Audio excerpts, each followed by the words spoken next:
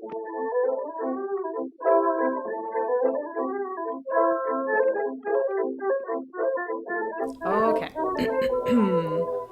Hello and welcome to Witch Please, a fortnightly podcast about the Harry Potter world. I'm Marcel Cosman. And I'm Hannah McGregor, and today we'll be talking about the film version of Harry Potter and the Sorcerer's Stone. We're going to be mixing things up a bit for our film episodes, so they're going to take a slightly different format from our novel episodes. To start, to give you a little context, I'm going to read you the one sentence description of this movie, culled from IMDb. Here it goes. Rescued from the outrageous neglect of his aunt and uncle, a young boy with a great destiny proves his worth while attending Hogwarts School of Witchcraft and Wizardry. So beautiful. So accurate, too. Very accurate. He for sure proves his worth. That's definitely what I think the theme of this movie is. The takeaway. So, let's start things off with our first film segment, Professor Time with Marcel. According to Linda Hutchin, in her book A Theory of Adaptation, which is now in its second edition, adaptation is, quote, an extended, deliberate, announced revisitation of a particular work of art. And there are two ways to think about adaptation. One is to think of it as a product. So in that case, it's an announced and extensive transposition of a particular work or works. This, quote, transcoding, end quote, can involve a shift in medium. So, for example, going from a poem to a film, or in our case, going from a novel to a film, or genre, which would be moving from, say, an epic to a novel, or a change of frame and therefore context. So telling the same story from a different point of view. This is something that we also see in Harry Potter and the Sorcerer's Stone, the first movie, because it goes from being narrated from Harry Potter's perspective to being sort of an omniscient third-person narrator. We'll talk more about that in a little bit. And then the second way that we can think about adaptation is as a process. So that is, as a process of creation, the act of adaptation always involves both reinterpretation and then recreation. So what we're going to start with today is talking about the differences between the novel and the film. Essentially, we're going to talk about how this adaptation plays out between, what we just read and discussed as the first novel and then what we watched in the first film. I mean, we watched the movie together for the first time right before we recorded the first episode. And so the book was very, very fresh in my mind when I watched the movie, and it was definitely the first time I had watched the movie since the movie came out in theaters, so that was pretty exciting. And the first thing that really struck me was how differently Harry's powers are represented. They make something really different of what Harry's powers look like pre-Hogwarts. And there's a couple of ways that really manifests. The first is that in the novel, Harry doesn't understand his powers and genuinely seems to have no idea that anything is happening. The scene where this really struck me is the scene at the zoo, right? Where we see things going wrong or right, depending on your perspective, with the snake. Can you hear me? It's just, I've never talked to a snake before. In the book, Harry really seems to have no idea that he is the person responsible for this. And he's kind of horrified, right, with what's happened. He certainly assumes no responsibility for it. Whereas in the film, while we still know at this point Harry doesn't understand magic, he takes this sort of like childish glee in it. That's a really different reaction than what we see in the book. Thanks. Anytime. In the book, the snake gets out and Dudley is screaming and upset. But in the movie version, Harry, willingly or no, actually traps Dudley behind the screen or behind the glass that the snake had been enclosed in. It seems more malevolent. Right? It does, right? Yeah. One is just letting the snake free by accident, which is almost sort of an act of kindness. And the fact that it disturbs Dudley is just a side effect of Dudley being, ignorant and foolish and intolerant of things that are different from him. Whereas to have him actually trapped inside the cage behind glass, that's genuinely creepy, even if there's no snake in there anymore. Oh, yeah. I mean, that's bullying. It's hard to picture Harry as the bully because he's definitely the smaller and the weaker one in that relationship. But there is this kind of subtext for magic in the movie where Harry is kind of able to use magic, or he learns that magic is a tool that he can use to bully Dudley. And a really good example of that is when Hagrid zaps a pigtail onto Dudley for eating Harry's birthday cake a little bit later. And that sort of, it feels more like a just punishment in the book because Dudley is so mean and nasty. But in the movie, it feels more like Hagrid is picking on Dudley because he's fat and greedy, not because he's actually a mean bully. Yeah, the way that it's framed in the movie is this fat shaming because Dudley is eating the cake. And maybe Dudley's hungry. I mean, everyone deserves cake. Everyone should be allowed to have a little bit of cake. Yeah, nobody should be shamed for enjoying cake, is what I'm saying. I wish I was eating cake right now. So the next place where I really see this playing out, that sort of increased like malevolence in Harry's magic, is in the wand shop. So this really, really struck me. As in the book, as we watch Harry's sort of transition from the Muggle world into the Wizarding world, he is overwhelmed by this anxiety that he has been mistaken, right? That it's a sort of mistaken identity situation. I mean, it's imposter syndrome. Harry suffers from imposter syndrome, which we all do, and so we can all empathize with it. Not Hermione Granger. Hermione Granger does not experience imposter syndrome. I think you have just hit on why she is my fucking hero. At no point is Hermione Granger ever unaware of how badass she is. Hashtag Granger Danger. So in the book, in the wand shop, when he waves wands that are not the right fit for him, they do nothing. Give it away. They break things, like... They don't. That's in the movie. Oh my God. Yeah, in the book, they do nothing. In the book, a wand that doesn't work for you, it just has no effect at all. And so Harry's standing there waving these wands, feeling like a fool, and overcome by anxiety that they're wrong, that he doesn't have any magic at all, and that there will be no wand that's right for him, right? And so you, as a reader, having just been introduced into this world, can sort of share in that anxiety because you don't have any way of knowing at that point. Like Harry, you have no way of knowing that this is real. Yeah. But in the movie, the second Harry has a wand in his hand, his magic is this chaotic, destructive force that it might not be controlled yet by the right instrument, but it's undeniably present. Oh yeah, for sure. Yeah. I can't remember if in the book Hagrid says this or not, but when Hagrid tells Harry that he's a wizard, Hagrid says, "And a thumpin' good one, I'd bet." And I can't, whether that's in the book or not, I just can't help but wonder where that assumption comes from. Like, there doesn't seem to be anything in particular about James and Lily Potter that like made them such exceptional wizards. I thought that what was exceptional about them was the fact that they were good, like that they were just good wizards who worked for good. So it's just really surprising to me. But I guess maybe it's just because, is it just because Harry survived Voldemort's attack? Like, is that just supposed to be the... I think it's supposed to be because his mother and father were powerful.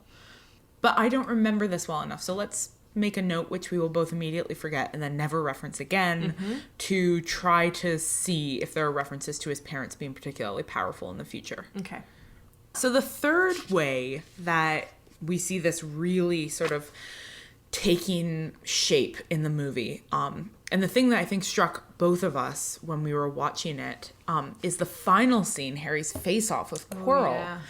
In the book, the way that Harry is saved in that scene by magic is incredibly passive. It has nothing to do with his own agency. Yep. It has nothing to do with his own power.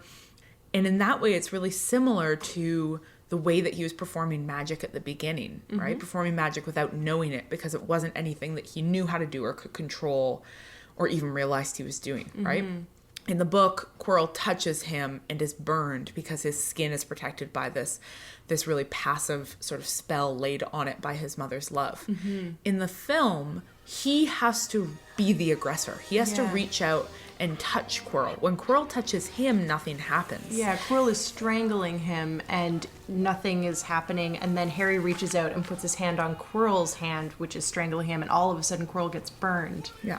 And so it has to be Harry's sort of ability to reach out and take control of the situation, to step into the position of the aggressor that lets that magic take effect.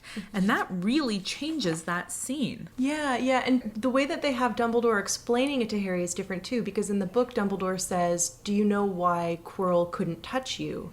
But in the movie, Dumbledore says, "Do you know why Quirrell couldn't stand to have you touch him?" There's a very clear difference, and it's, to be honest, it's not a difference that makes any sense if we think about the way that, like, people's bodies function. Like, why is it that Harry's neck wouldn't contain the same power? Yeah, like, why would a love spell from his mother only impact his palms? Yeah, it's nonsense. That turns him into this sort of masculinist model of heroics that I think the book resisted in really interesting ways. Yeah, so as a character right from the beginning, he is very different. You know, if we're thinking of adaptation, both in terms of, you know, the series of decisions that go into the different form the film makes, and in terms of the final product, then it's a different story, right? And I have to wonder if it's a different story because it's a different medium. Yeah, that could very well be. I mean, if we're thinking about the movie as being a kind of third-person narration where we're seeing what is happening, but we're not seeing it through any particular person's eyes, it, I guess, makes sense that maybe Harry comes across as more powerful, whereas in the book, when we're reading from Harry's perspective, it makes more sense that we're encountering his self-doubt and imposter syndrome and uncertainty. And so I guess it would be harder for the movie to portray that, or maybe it just wouldn't have been as interesting, or maybe it's hard to get children to demonstrate self-doubt. I mean, this figure matches the IMDb description, right? Where he's proving himself, which is not how the novel feels to me. The novel feels to me as a sort of a child who has suffered from a lifetime of neglect finally finding a home and people who care for him, which is a very different narrative. But I kind of, as I think about it, I kind of buy that description, that it's, you know, he has to prove, people doubt him, and he has to prove that he's capable of a certain level of heroics. So he has to save the day. Right. And that ties into the other major shift that interested me. I'm sure there are many other differences. But the other one that interested me is the representation of Hermione as a character. And to sort of work backwards, I think we need to start with the fact that during their sort of final series of tests, as they're making their way through to where the Philosopher's Stone is hidden, and trying to catch up with Quirrell, the entire scene where Hermione uses her smarts to sort out the potion riddle has been written out entirely. And instead, as they're leaving the chess game, Hermione makes the decision to not move forward and help Harry with the rest of the quest because she has to stay and take care of Ron. So boring. When I was complaining about this, so when I was live tweeting it a few hours ago, and our tech support, Trevor Chow Fraser, was there with me, he said, well, she already beat the devil's snare. And then I said very sarcastically, yeah, so all three of them are now equal and they all accomplish an equal number of tasks. But in the book, the thing that's remarkable about Hermione is that she accomplishes 2 tasks. She gets them through the devil's snare, and then she uses her smarts again to get them through the potions. And so to have written that out is deliberately making them all equal, and they're not. We know that they're not. They are absolutely not. Hermione is clearly better than the rest of them in all ways. She is given some things in the movie, however, that she doesn't have in the book. For example, in the movie, she's the one who figures out who Nicholas Flamel is, not Harry. Harry sort of accidentally remembers it via a chocolate frog card. Yes. Whereas Hermione finds it in a book because she's been doing her freaking research. Some light reading. But, and I guess the other sort of big difference is, we talked a lot in the last episode about how Hermione is sort of represented as this unlikable character at the beginning who needs to somehow earn her way into the friendship of Harry and Ron. That absolutely does not happen in the film. Oh, no. Maybe it's Emma Watson's representation of the character, or maybe it was a deliberate choice they made to make her more likable from the beginning so that viewers would identify with her right up front. But she is badass from minute one, and there's nothing off-putting about her at any point. I mean, maybe if you were Ron and Harry, she might still be off-putting, but as a viewer, she's just the best. Like, her sassy attitude. Are you sure that's a real spell? Well, it's not very good, is it? It's just wonderful. It's funny, and maybe because the majority of the viewers, when the first movie came out, I'm totally speculating. I have no evidence to back this up. But Speculate away. Speculate away. This is where I would underline it in an essay and write speculative. I'm guessing that the majority of viewers who went to see the first movie when it was in theaters had probably read the books. And so as filmmakers, they don't need to carry so closely to the book and make her unlikable and then make her redeemed. Instead, they can have her be kind of sassy and bossy. Oh, are you doing magic? Let's see then. But we who know that she is going to become someone who we adore already adore her. So we're like, look at her being bossy and bossing around Harry and Ron. Yeah, I mean that's the service that Hermione, or the role that Hermione plays, is the one who always knows what's going on, and you don't doubt that from minute one in the film. And that's a product of that shift in narrative perspective we were talking about, right? That this isn't about how Harry sees her. This is a supposedly objective view of Hermione, and from the objective view, Hermione is incredible from the first second she walks on screen. This is an aside, right? We're in the miscellaneous things that come into our heads section. This really stood up to me as suggesting a markedly different morality between the film and the novel, which is that in the novel, it's the Forbidden Forest, and in the film, it's the Dark Forest. Oh, yeah. The Forbidden Forest is a name that only tells you that you're not allowed to be there. That is a name that is given to the forest for the children that says, this is a space that is off limits to you. And Hogwarts is full of spaces like this, right? Spaces that are not particularly being judged as good or bad, but that are just not safe for children. And that, that's part of the sort of exciting moral murkiness of the novels, is that a lot of things aren't cast in tidy ways as good or evil. They're just, you're ready for them or you're not ready for them, right? There are truths that the characters are not ready for until later novels. There are aspects of the world that they live in that they're not ready to know until they're older. And that's so much more like growing up is, right? That you become more aware of how gray the world is. Whereas to call it the Dark Forest casts this really sort of like moral judgment on it, right? It suggests that it's a place where evil things happen. And yet in the first book, all we see in the Dark Forest that actually belongs there is unicorns and centaurs. That's very true. And also, if we think about the way that the term dark is associated with Voldemort as the Dark Lord, and Africa as the Dark Continent, and bad magic as dark magic. Yeah. Oh, it's all very racialized and troubling. Not unlike the Orientalism of Quirrell's turban, which we should probably... Did we talk about that in the last episode? I don't think we did, but this is one of the things that I'd be interested also to sort of flag post as we go through, is Voldemort's association with the quote-unquote Orient. Starting with this image of Quirrell in the turban as somebody who has traveled far and wide.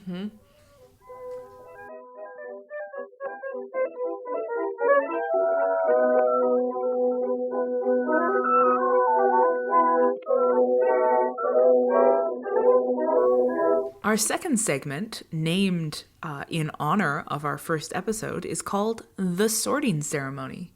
And this is a segment where we discuss casting in the Harry Potter movies, how we feel about the actors they chose, and how they betrayed the characters that we know from the books. Why don't we start with Hermione Granger, because we've already talked a little bit about her. So we can talk about Emma Watson and her characterization of Hermione, things that we liked. Is there anything that we don't like about Emma Watson?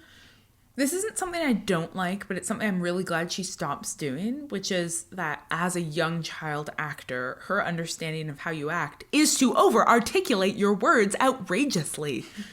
She moves her jaw so much in this movie, I was afraid she was going to dislocate it. It's so funny, though.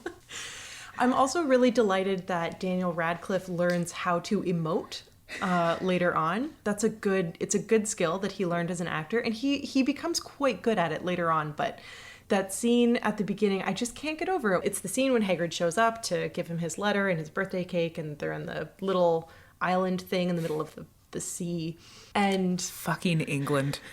England, am I right, ladies? And when Vernon says, we're going to put a stop to that, and then Hagrid says, oh, and I suppose a great muggle like you is going to stop him, Harry. Spot on Hagrid impression. Oh, really? Yeah. Oh, good.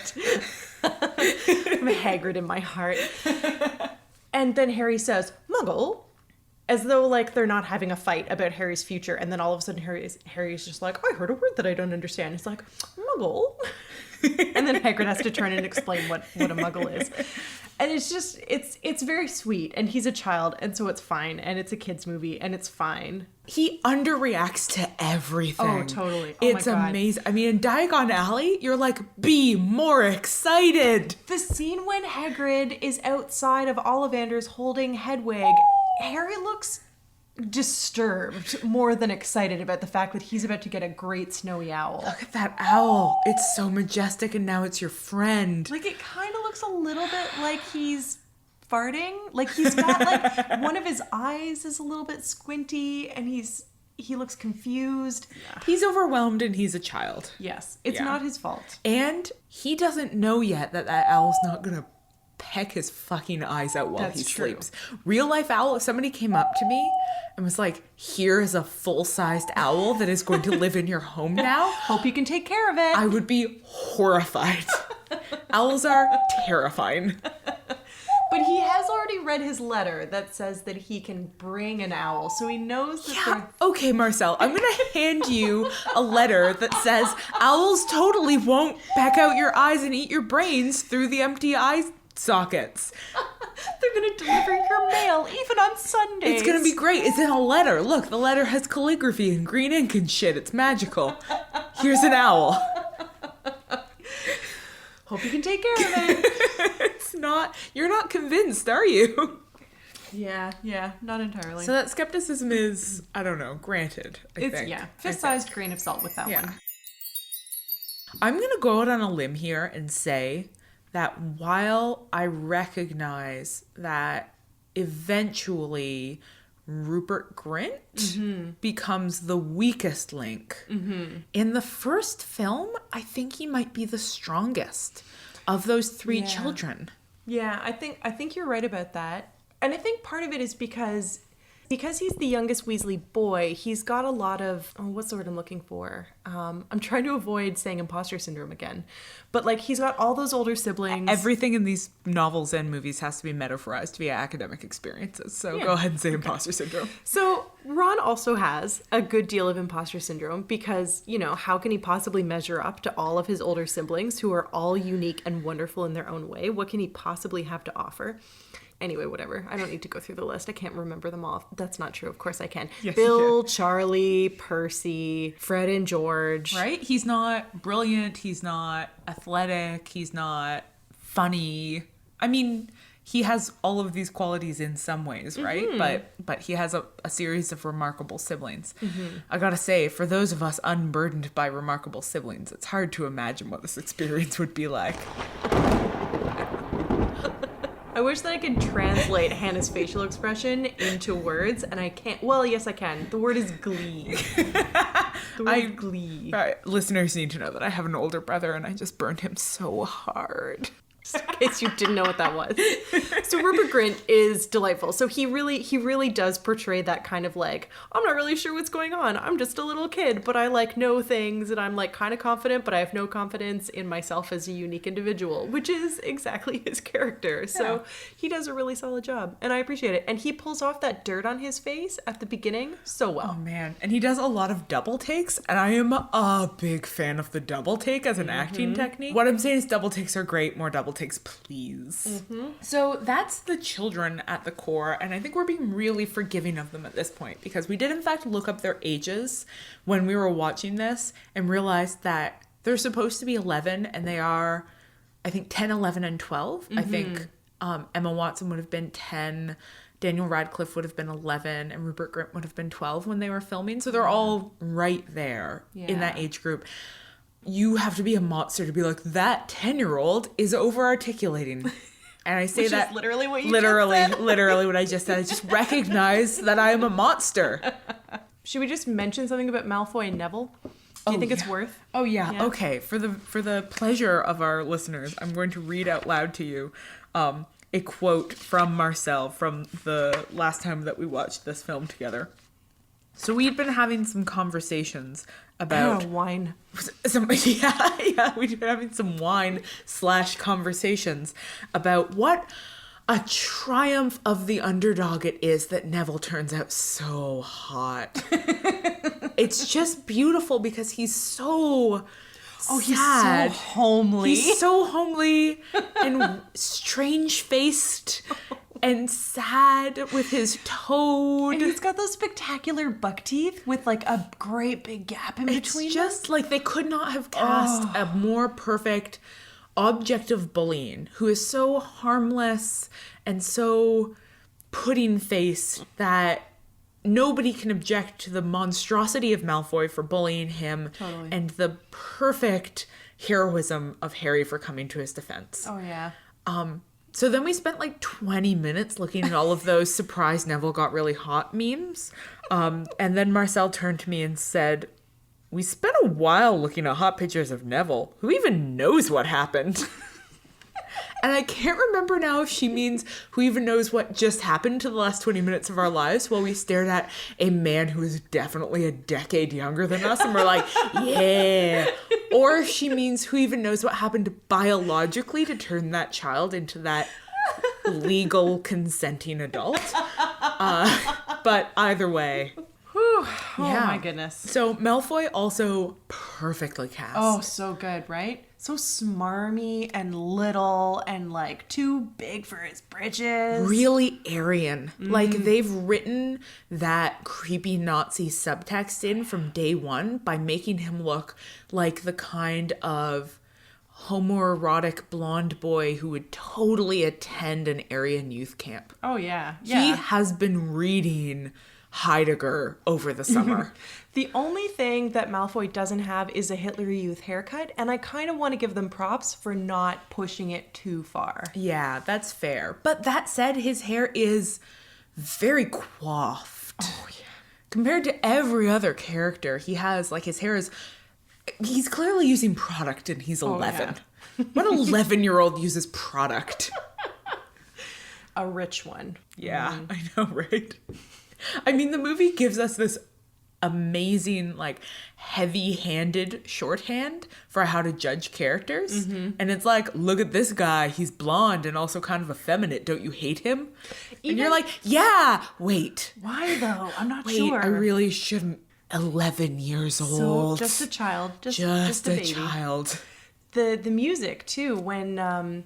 So it's irritating that they don't go in alphabetical order during the sorting ceremony, but whatever, that's fine. Directorial choices are directorial choices. But we get some Gryffindors and it's all like ba ba ba ba and like cheers, and then we get a Hufflepuff and there's still cheers, and then it's like Draco Malfoy, and then Draco Malfoy sits on the stool and it's like boom boom boom. This child is evil, even though he's below the age of consent. Do you have to consent to be evil? I'm just You have curious. to consent. I'm sorry. I'm half Mennonite, so I believe very strongly that you should be able to choose your moral alignment as an adult. It's sort of an Anabaptist thing. Oh, okay. So, like, you don't you're not born one way or the other. They're decisions that you make as an adult. And that's in fact what you see. Spoilers. We'll talk about this later. I think it's time for us to talk about the professors. Oh, yeah. And I would like to start by saying that I have the secret theme of this podcast is Hannah has ambivalence. So I have some ambivalence about the casting of McGonagall. Mm-hmm. And my ambivalence is that in the books, she's not old. It's absolutely not important for McGonagall to be an older woman. She is stern and she is black-haired. Mm-hmm. And I think that there's a lot of other interesting directions you could have gone with that character. And I think they could have been directions that hinted at her having a richer life behind that of simply being a teacher. Right, because in her characterization, Maggie, what's Maggie's last name? Smith. Maggie Smith. Maggie Smith, as the actor who plays her, is obviously perfect, but the implication that comes with Maggie Smith playing Minerva McGonagall is that McGonagall is a spinster. She's very spinstery. And I mean, all power to spinsters. Mm-hmm. I love spinsters. I am a spinster. Me here alone in this spacious apartment with my cat. And all your books. And all my books. And your tarot cards. And my tarot cards. And my vegan cookbooks. But it forecloses on a lot of possibilities for the character, right? As soon as they make her an older woman, they're dealing in a sort of particular visual vocabulary of femininity that says, this is a woman who is childless, unmarried, married to her job. Her primary relationship seems to be to Dumbledore. And Dumbledore himself is, elderly, childless, unmarried. But we all know that as a man, to be older and childless and unmarried, in fact, increases the image of how powerful you are, right? So that it is possible for Dumbledore to be this sort of amazing figure of total autonomy and mysteriousness. And that same series of characteristics in McGonagall, I don't think reads in the same way. No, and there's also the implication that only certain kinds of women can be powerful, and they are never young women. Young women are never powerful. They're never in positions of authority. And if young women are stern and strict, they are distinctly unlikable. But if you have an older woman who is stern and strict but also has a soft spot, then you know that she's actually okay. And that's just it's just a very stereotypical, and it's a trope. In choosing to not resist that trope, they're just the movies end up feeding into the same kind of dichotomy that we have, where we only look at women as being powerful in certain circumstances. Yeah. I mean, pause for a moment and imagine the Harry Potter movies with Professor McGonagall played by a black-haired Tilda Swinton. Like, that's a different character, and that's every bit as faithful to the novels. But it's a different choice for what you're going to build out of this character. Speaking of perfect choices for casting, Alan Rickman. Alan Rickman is perfect. I am baffled, though, by some of his facial choices. Yeah, his facial movements, his facial choices. There are just some things that don't make any sense.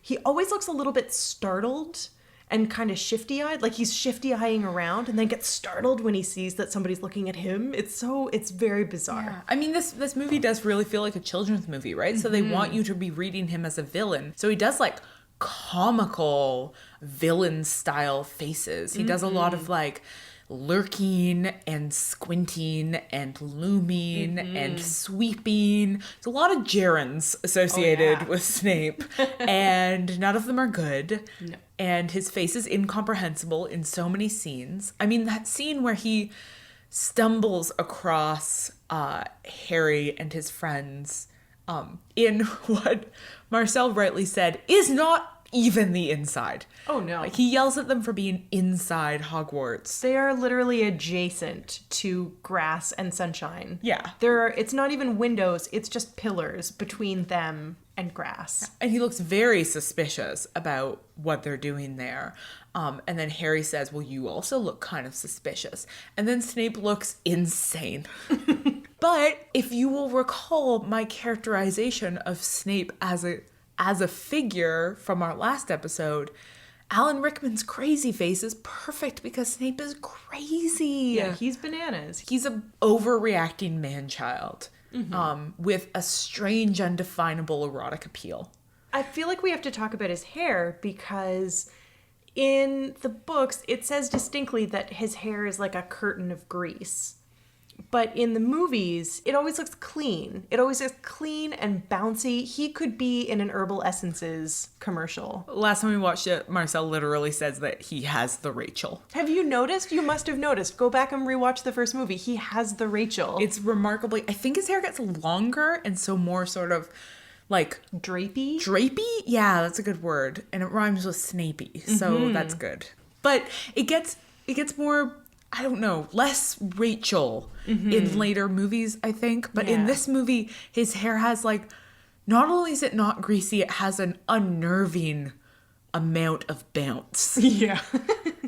That is 100% my only problem with Alan Rickman's Snape, is just his hair. If his hair was greasy, I would totally buy into it. But you're right, it's not greasy. And because it's not greasy, it's a little bit erotic. And that does change our sort of reading of him as a character. And I think that Alan Rickman is really responsible for what has become this big sort of fan culture around Snape and a huge amount of very exciting slash fiction written around Snape as a character that really is based on how sexy Alan Rickman is and how try as they may, they could not make him unsexy. Totally. And we'll talk in the later episodes, we'll talk about Snape's big reveal and why it is that we change our minds about him. But I feel like with Alan Rickman's portrayal of Snape, that while it may still be, the reveal may itself still be a surprise, that shift where you go from loathing this person to adoring this person is not nearly as sharp. No, I think I remember in watching the early movies when I was younger and thinking that they'd really miscast him because he's too likable. Yeah. Absolutely. I definitely remember thinking that. I definitely, while watching this movie, sort of had this recognition that Alan Rickman as Snape is essentially my professorial urtext. Like, if I can go back in time and identify the moment when I decided that being a professor is the best possible job to have, it's the scene where everybody is sitting in the dungeon waiting for potions class to start, and Snape slams into the room, door slams open, cloak billowing, hair wafting, and he starts to talk about his class in these like unbelievably overinflated terms. I can teach you how to bewitch the mind and ensnare the senses. I can tell you how to bottle fame, brew glory, and even put a stopper in death. I, in fact, once described to the young cousin of a colleague of mine, she asked what it is that professors do, and I told her that we are shitty wizards. I was like, well, we work in towers, and we read dusty old tomes, and we wear robes, but we can't do magic or anything cool. I mean, if you studied chemistry, you could make potions. But isn't the imagination like transfiguration? Yeah, I'll give you that. Okay. I mean, we already decided that it was applied physics, but that too.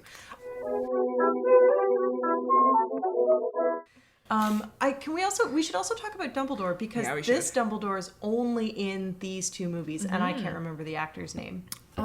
Old man. Gentle Dumbledore. What I have written down is white patriarchal wizard masculinity. And the reason why I wrote that down is because I'm very suspicious of white patriarchal masculinity, except insofar as it is a wizard. Because the second that an old, white, authoritative man is also a wizard, I love him. I mean, case in point, this Dumbledore with his gentle beardiness, and also Gandalf. And I know everybody has already talked about how Dumbledore and Gandalf are the same character, so we don't need to go over that. Yeah. But I love them both equally and fully and passionately, and also Sir Ian McKellen should have been cast as Dumbledore. I'm guessing that the only reason that he wasn't is because they were planning to make the Lord of the Rings movies, and Peter Jackson was like, don't you fucking dare. Don't you, Ian? One wizard at a time. Sir Ian McKellen should play every wizard. Yeah. That should be a law. Think of how interesting the Lord of the Rings movies would have been if he had played both Sauron and Gandalf. Oh my god, that would have been so good. And then in the Hobbit movies, if he played Radagast and Saruman and Gandalf. Yeah. Yeah. Do remember when the third movie came out and it was a different Dumbledore. I mean, I'd known to expect a different one because I'd heard the news of his death. And I remember not liking him, the new one, at all. Yeah. I remember feeling really, because he's much more sort of aggressive and outspoken and loud. And this early Dumbledore, whose name neither of us will ever look up, is so gentle and very whispery. He's a whispery old man. I like whispery old men when they're wizards. You could say that about all aspects of the patriarchy.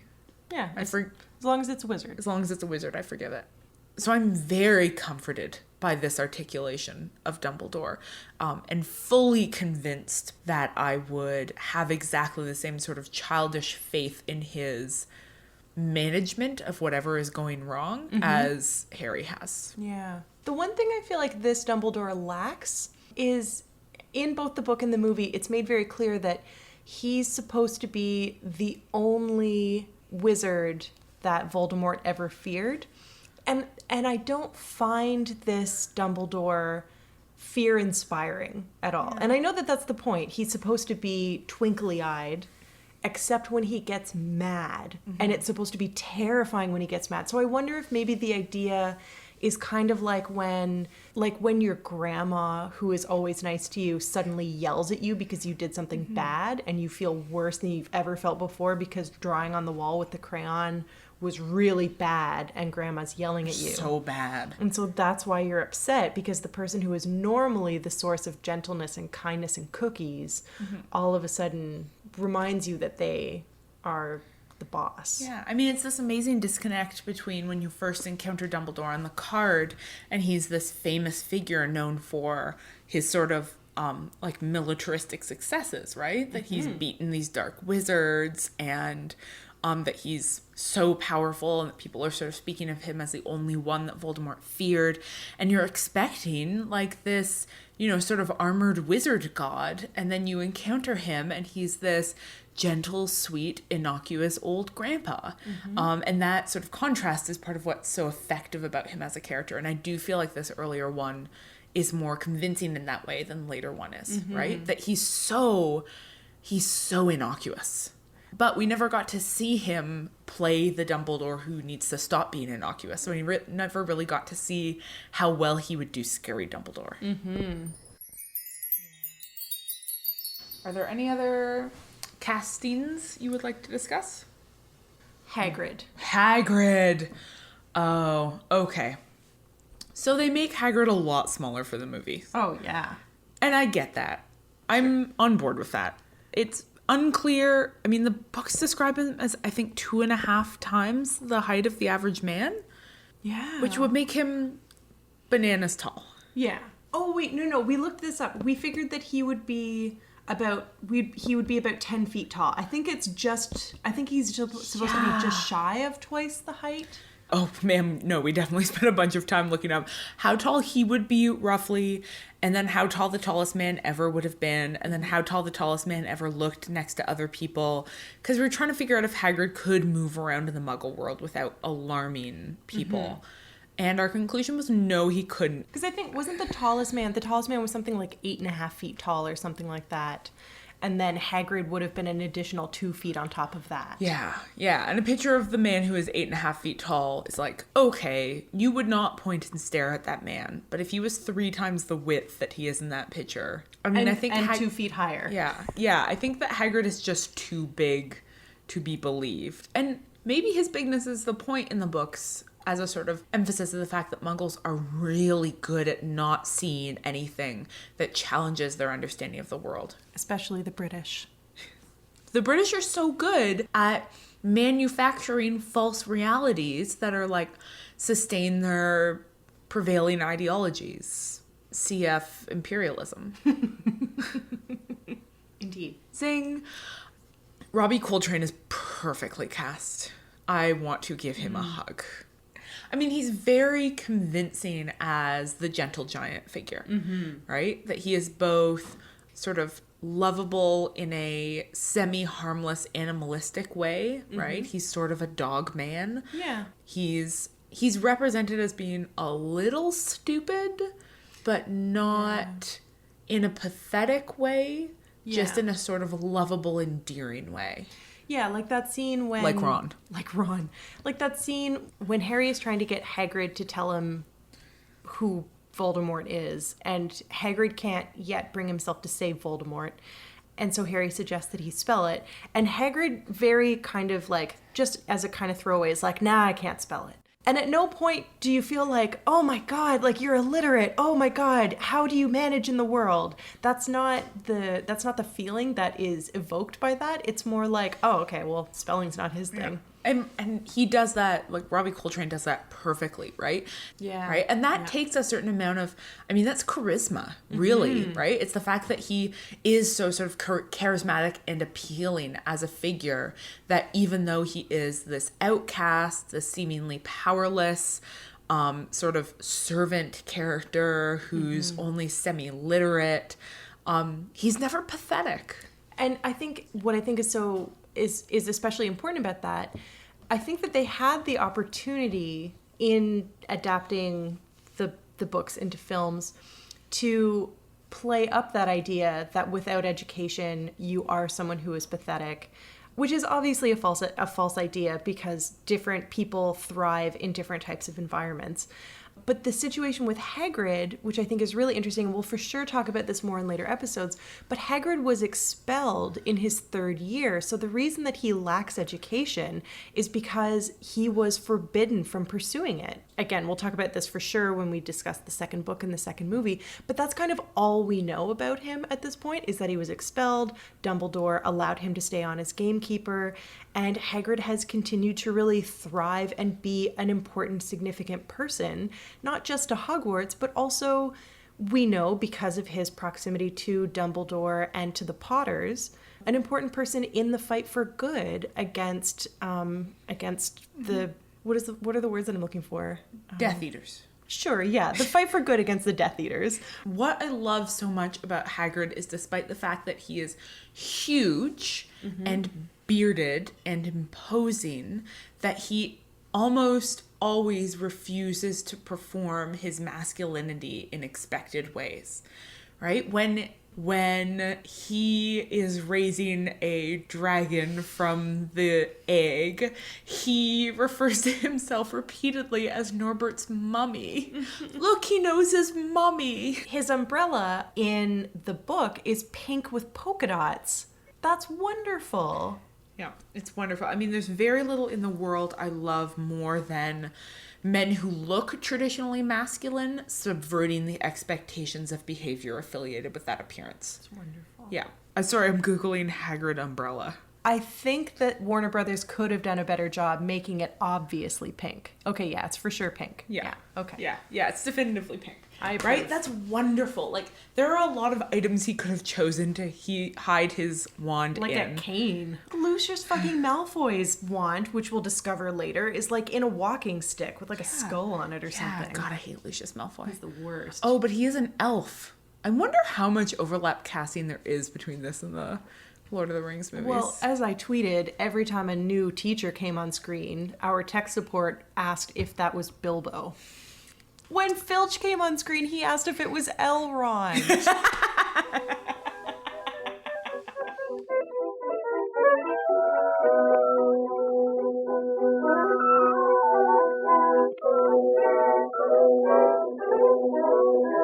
So our final segment for today is Madame Malkin's props for all occasions, during which we discuss the aesthetics of the film and basically what we thought was pretty.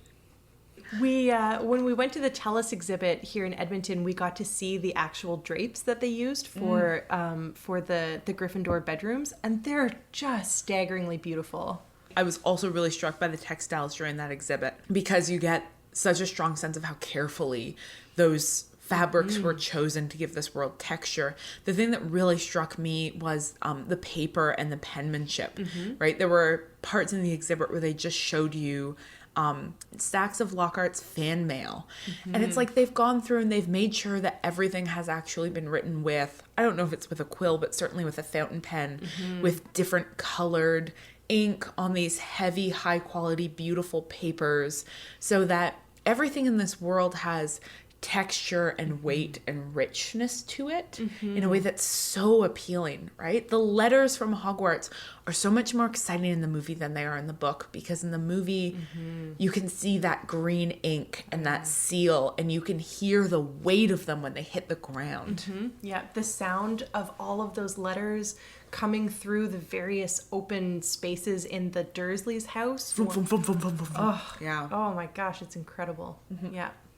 The book does so many things better. And there are things that books do better as a medium. Yeah. One of them is subtlety of characterization. One of them is, you know, sort of undermining genre tropes in a way that you can sort of sneak in through the cracks of your narrative without it having to be a really sort of obvious interrogation of the genre.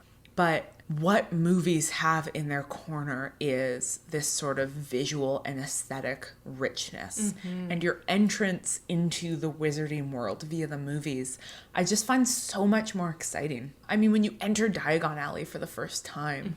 And you see the bricks moving apart. It doesn't, I'm actually really impressed with the brick moving. It doesn't look CGI in ways that a lot of the other parts of the magical world kind of, in the first two movies, they're a little heavy on the CGI, and it's... Yeah, those bricks moving apart are beautifully done. I think if there's any moment you're going to spend the money to make look incredible, it's that moment when that wall opens and you first enter that alley, because that is the key moment. That's when his life changes. That's when he steps out of the Muggle world and into the wizarding world, and that moment needs to be incredible, and it could have been underdone so easily, and they nailed it. Yeah. Reading the books doesn't make me want to be a wizard. Sorry, I don't get to be a wizard because I'm a girl, so I have to be a witch. But I want to be a wizard, so fuck that. Reading the books doesn't make me want to be a wizard in the same way that watching the movies does. I mean, the costumes are brilliant. This is like the CGI being so terrible in these early movies really brings home how much they've relied not on sort of screwing around with special effects, but just on actually building this world in reality, right?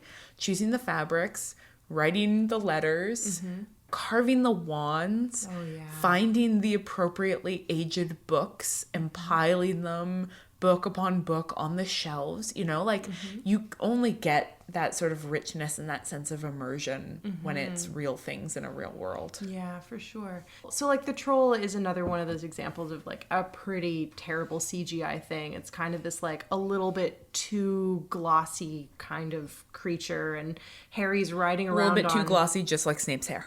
Snape's hair is probably also CGI, let's be honest. There's no way Alan Rickman would have agreed to the Rachel, so he probably had a normal haircut and they just CGI'd in the Rachel. But with the troll, when Harry is riding around on the back of the troll, and it looks real enough, but it's not super convincing. However, once the troll is bonked on the head and collapses, and you see like the dust settling around it while the kids are looking at the unconscious troll's body, that looks distinctly real. Like you can really see all of the texture of the troll. It looks like it is an actual physical object, unlike the way that it looked when it was, you know, bungling about the bathroom. Well, it may very well have been. I mean, what we learned from that Tellus exhibit is that for all of the CGI'd characters, they built life-size molds for them, right? They built life-size models so that they could use them for sort of still images and use them as physical models for when they were doing the CGI, right? Yeah. So the Tellus exhibit had, I think, a life-size model of Firenze, which was just like magical to look at. And I think one for the snake. One for Creature too. Creature. Yeah. Yeah, and so you get a sense of, again, when those things are physically made, they look incredible. I mean, part of me wonders how much of that is because when we were kids growing up, for us, it was puppets, right? So when we saw fantasy and sci-fi movies that had non-human characters. They were puppets. And so I wonder if kids growing up on, if the kids who watched the Harry Potter movie as children, who saw the CGI troll, I wonder if that for them was just as real looking as the puppets would have been for us. Because, like, obviously, if you go back and rewatch, like, I don't know, like a Muppets Christmas Carol or something, like, the puppets are still real. They're still real, but they look like puppets. Of course, they always look like puppets. You never watch Muppets Christmas Carol and we're like, that's a person. Well, no, you wouldn't think that it's a person, but like it's real in a different kind of way. It like has a kind of believability. You don't have to suspend disbelief. I don't have to suspend disbelief with puppets in the same way that I find myself suspending disbelief with CGI creatures. Yeah. I mean, think about Jurassic Park, right? They used animatronic dinosaurs rather than using CGI dinosaurs. And I think that's part of why that movie is aged so well. Oh, yeah. Because you go back and it's not shitty 90s CGI, it's animatronics. And so, yeah, they do less with the dinosaurs than they could with contemporary CGI. They have less, like, exciting chase scenes. And more just like, now it's a Tyrannosaurus Rex being scary. Now it's a Jeep running away. But it hasn't aged. It hasn't become absurd over time. I stand by that. Jurassic Park is a classic. Totally. Yeah. Just like a Muppets Christmas Carol. Yeah, those are both brilliant movies. But I take your point, which is maybe somebody who grew up on bad CGI would look at a movie with Muppets in it and be like, that's ridiculous. Yeah. Yeah. Why would you ever think that those were alive? But that person would be wrong because Muppets are real. Yeah. What else? What are the other props? Props and sets and... Props and sets. How about Hogwarts? Is it real? I mean, not Hogwarts. Well... That depends how you define real. Quick question. Is Hogwarts real? Was it filmed on location? Yeah.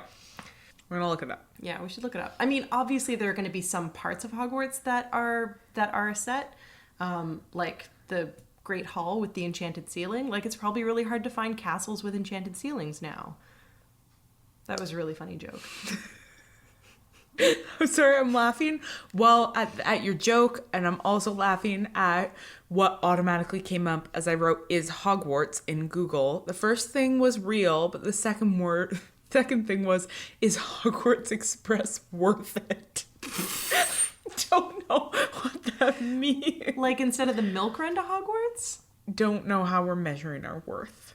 We're embarrassed. Bustle, I trust Bustle. A lot of the exterior shots during the first few movies were done at a real castle called Alnwick Castle, located in Northumberland, UK.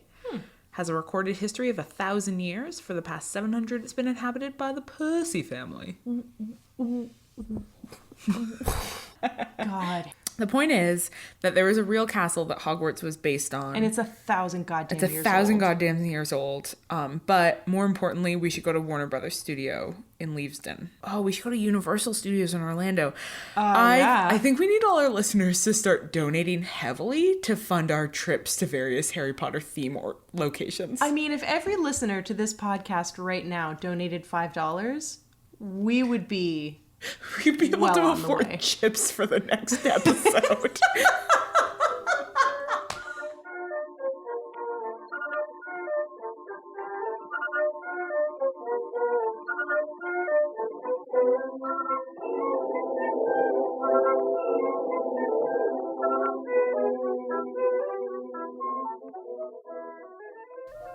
Thanks so much, everyone, for listening to episode 2 of Witch Please. If you haven't already done so, go back and listen to our first episode, The Sorting Ceremony, which you can find on our website, which is Oh Witch Please, that's O spelled O-H, Witch Please, as they sound, .wordpress.com. You can check out our Twitter at Oh Witch Please, again, O-H-W-I-T-C-H, please, and our Instagram of the same name.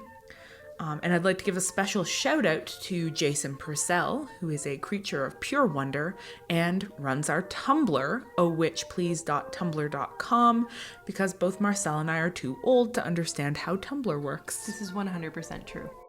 Special thanks also to our erstwhile tech support, Trevor Chow Fraser, and extra special thanks to the people who have listened to the podcast and tweeted at us about it. Emily Hoven, Crush Slut, Cat Lady Pizza, Khaleesi's and Amazons, Matthew Domville, Shane Arbuthnot, Catherine Maloche, Brent Bellamy, Karina M., Andrew Bretz, Caitlin T., and the Edmonton Oars Quidditch Club. At this point, this is where we would use our very catchy sign-off line, if we had one. We don't have one yet. We are searching for a sign-off, and we would love to hear your suggestions. We have decided that we are going to have a sign-off competition, which means you suggest things to us until we find one we like, and then we give you a prize. Do you want to know what the prize is? I definitely do. It's definitely not written down in front of me. Heck no.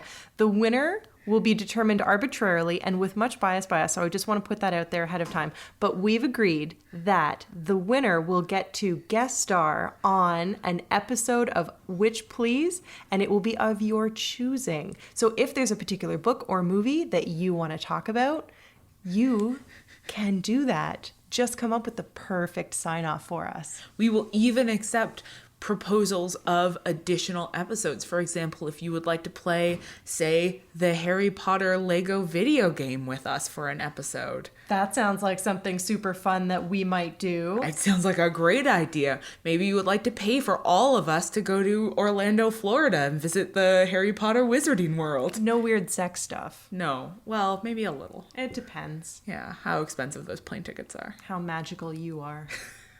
So, if you've got any ideas for a sign-off, we would love to hear them. And until then, in lieu of an actual exciting whimsical sign-off, we will just say, have a magical week. That's a pretty good sign-off, but No, it's not. It's no, not. you're not going to win with that. No.